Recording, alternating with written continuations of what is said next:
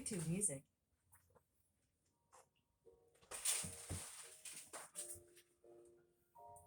Line 550, debris. I wish to say something about an earlier note, to line 12. Conscience and scholarship have debated the question, and now I think that the two lines given in that note are distorted and tainted by wistful thinking. It is the only time in the course of the writing of these difficult comments that I have tarried in my distress and disappointment on the brink of falsification. I must ask the reader to ignore those two lines, which I am afraid do not even scan properly. I could strike them out before publication, but that would mean reworking the entire note, or at least a considerable part of it, and I have no time for such stupidities. Lines 557 to 558, how to locate in blackness with a gasp, Tara the fair, an orbicle of jasp, the loveliest couplet in this canto.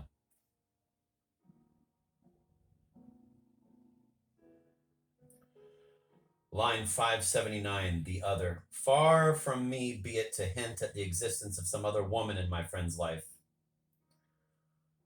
Serenely he played the part of exemplary husband assigned to him by his small-town admirers and was, besides, mortally afraid of his wife. More than once did I stop the gossip mongers who linked his name with that of one of his students. See forward. Of late, American novelists, most of whom are members of a United English department that, with one thing and another, must be more soaked in literary talent, Freudian fancies, and ignoble heterosexual lust than all the rest of the world, have driven the topic to extinction. Therefore, I could not face the tedium of introducing that young lady here. Anyway, I hardly knew her. One evening I invited her to a little party with the Shades for the express purpose of refuting those rumors. And that reminds me I should say something about the curious rituals of invitation and counter-invitation in Bleak New Why.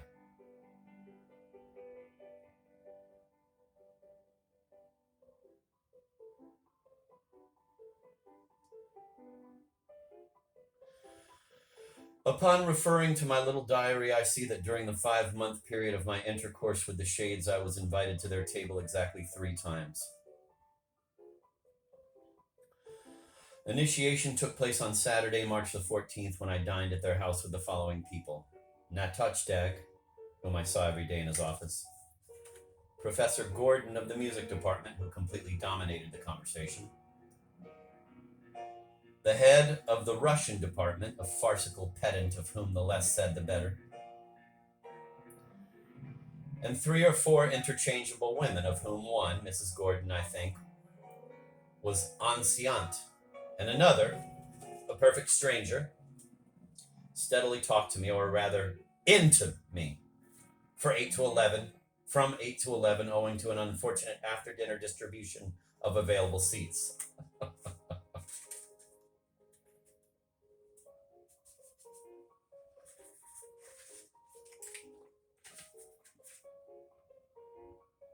My next treat, a smaller but by no means cozier super on Saturday, May 23rd, was attended by Milton Stone, a new librarian with whom Shade discussed till midnight the classification of certain wordsmithiana. Good old Natotchdag, whom I continued to see every day, and an undeodorized Frenchwoman who gave me a complete picture of language teaching conditions at the University of California.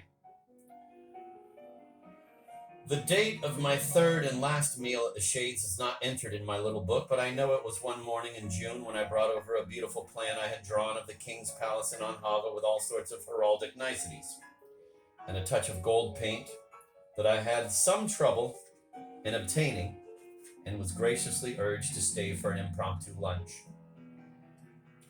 I should add that, despite my protests at all 3 meals, my vegetarian limitations of fare were not taken into account, and I was exposed to animal matter in or around some of the contaminated greens I might have deigned to taste. I revanched myself rather neatly. Of a dozen or so invitations that I extended, the shades accepted just 3. Every one of these meals was built around some vegetable that I subjected to as many exquisite metamorphoses as Parmentier had his pet tuber undergo. Every time I had but one additional guest to entertain Mrs. Shade, who, if you please, thinning my voice to a feminine pitch, was allergic to artichokes, avocado pears, African acorns, in fact, everything beginning with an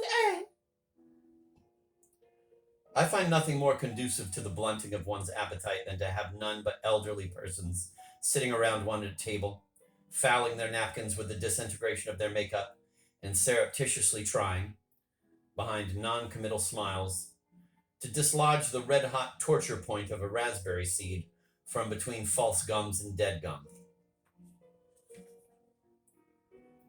So I had young people, students, the first time, the son of a padishah, the second time, my gardener, and the third time, that girl in the black leotard with that long white face and eyelids painted a ghoulish green. But she came very late, and the shades left very early. In fact, I doubt if the confrontation lasted more than 10 minutes, whereupon I had the task of entertaining the young lady with phonograph records far into the night, when at last she rang up somebody to accompany her to a, quote, diner, end of quote, in Dulwich.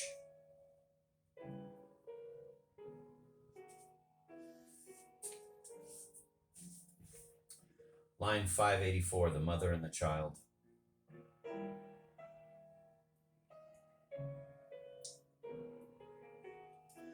Es ist die Mutter mit ihrem Kind. See note to line 664. Line 596. Points at the puddle in his basement room.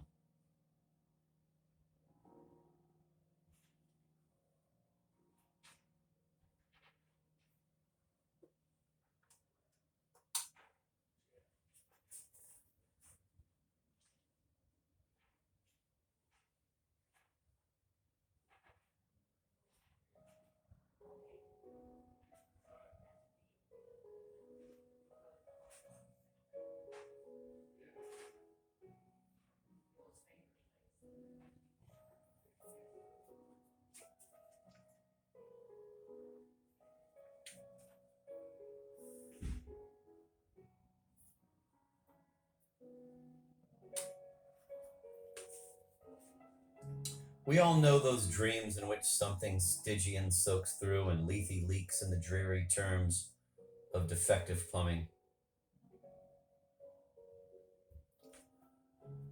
Following this line, there is a false start preserved in the draft. And I hope the reader will feel something of the chill that ran down my long and supple spine when I discovered this variant.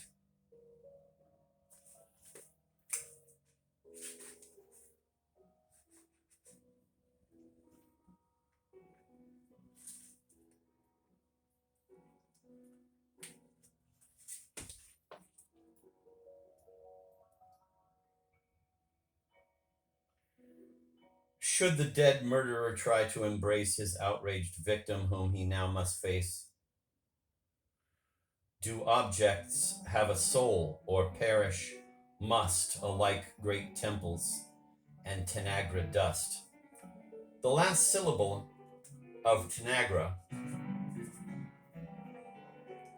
and the first 3 letters of dust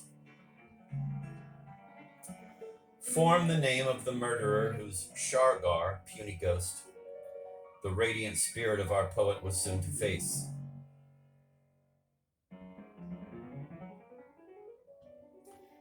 Quote, simple chance, end of quote, the pedestrian reader may cry. But let him try to see, as I have tried to see, how many such combinations are possible and plausible. Quote, Leningrad used to be Petrograd. End of quote. Quote, a prig rad, obscure past tense of read. Us? End of quote. This variant is so prodigious that only scholarly This variant is so prodigious that only scholarly discipline and a scrupulous regard for the truth prevented me from inserting it here and deleting 4 lines elsewhere, for example, the weak lines 627 to 630, so as to preserve the length of the poem.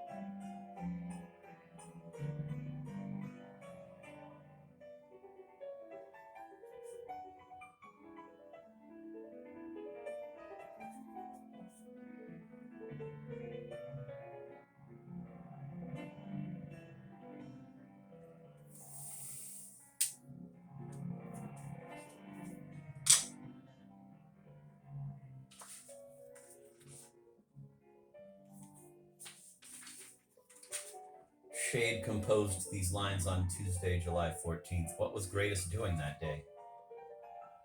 Nothing. Combinational fate rests on its laurels. We saw him last on the late afternoon of July 10th when he returned from Lex to his hotel in Geneva, and there we left him.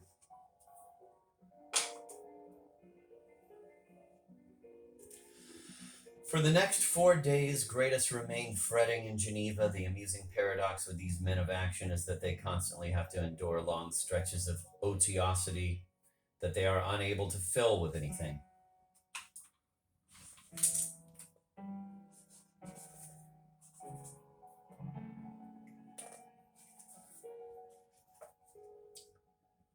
Lacking as they do the resources of an adventurous mind.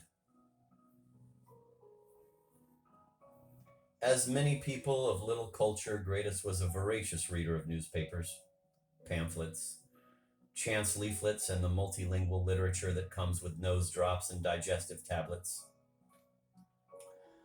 But this summed up his concessions to intellectual curiosity, and since his eyesight was not too good and the consumability of local news not unlimited, he had to rely a great deal on the torpor of sidewalk cafes and on the makeshift of sleep.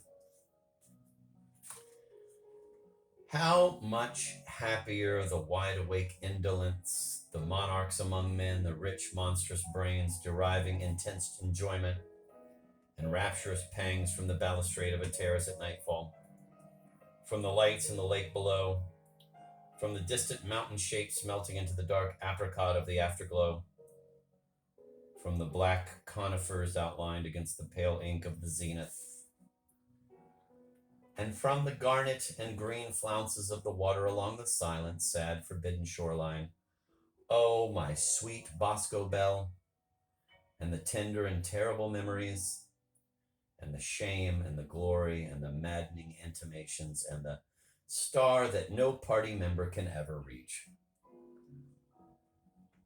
I'm going to read that whole paragraph again because it was quite lovely. Didn't make any sense to me, but it was beautiful.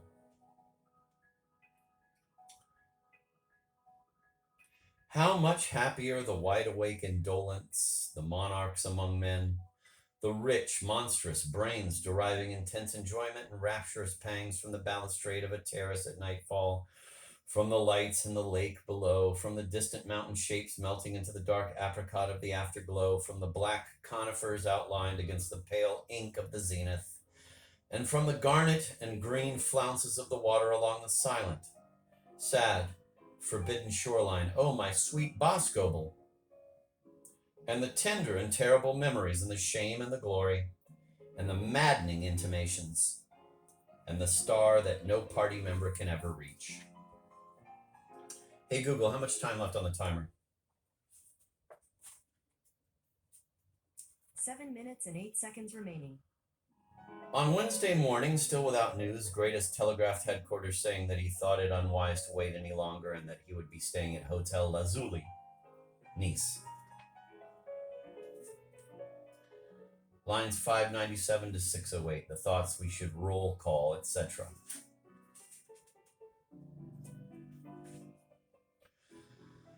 This passage should be associated in the reader's mind with the extraordinary variant given in the preceding note, for only a week later, Tanagra dust and our royal hands were to come together in real life and real death. Had he not fled, our Charles II might have been executed. This would have certainly happened had he been apprehended between the palace and the Rippleson caves. But he sensed those thick fingers of fate only seldom during his flight. He sensed them feeling for him, as those of a grim old shepherd checking a daughter's virginity.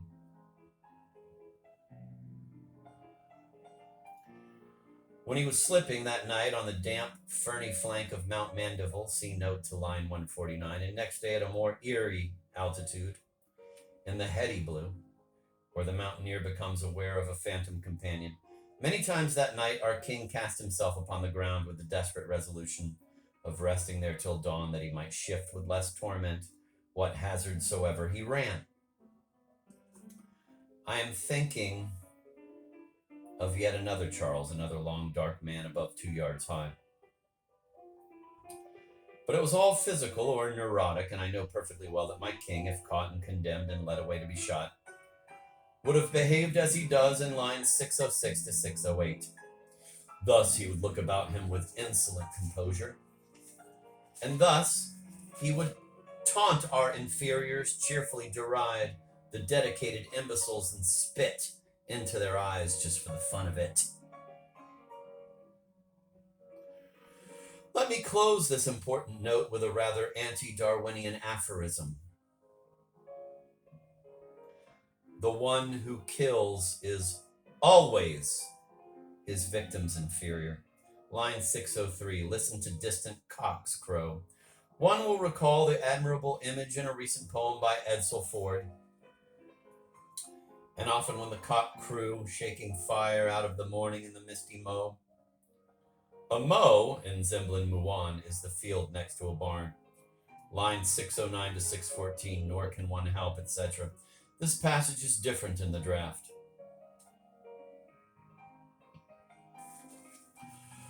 Nor can one help the exile caught by death in a chance inn, exposed to the hot breath of this America, this humid night, through slatted blinds, the stripes of colored light, grope for his bed, magicians from the past with filtered gems, and life is ebbing fast.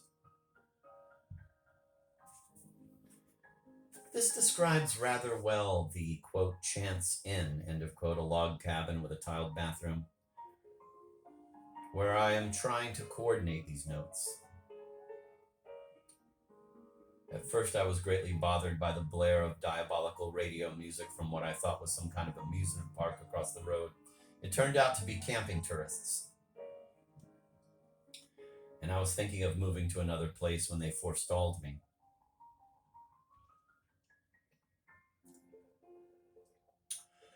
Now it is quieter, except for an irritating wind rattling through the withered aspens, and Cedarn is again a ghost town, and there are no summer fools or spies to stare at me, and my little blue-jeaned fisherman no longer stands on his stone in the stream, and perhaps it is better so. Line 615, two tongues, English and Zemblin, English and Russian, English and Lettish, English and Estonian, English and Lithuanian, English and Russian, English and Ukrainian, English and Polish, English and Czech, English and Russian, English and Hungarian, English and Romanian, English and Albanian, English and Bulgarian, English and Serbo-Croatian, English and Russian,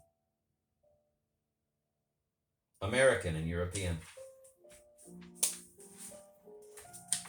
Line 619, Tuber's Eye, the pun sprouts, see line 502.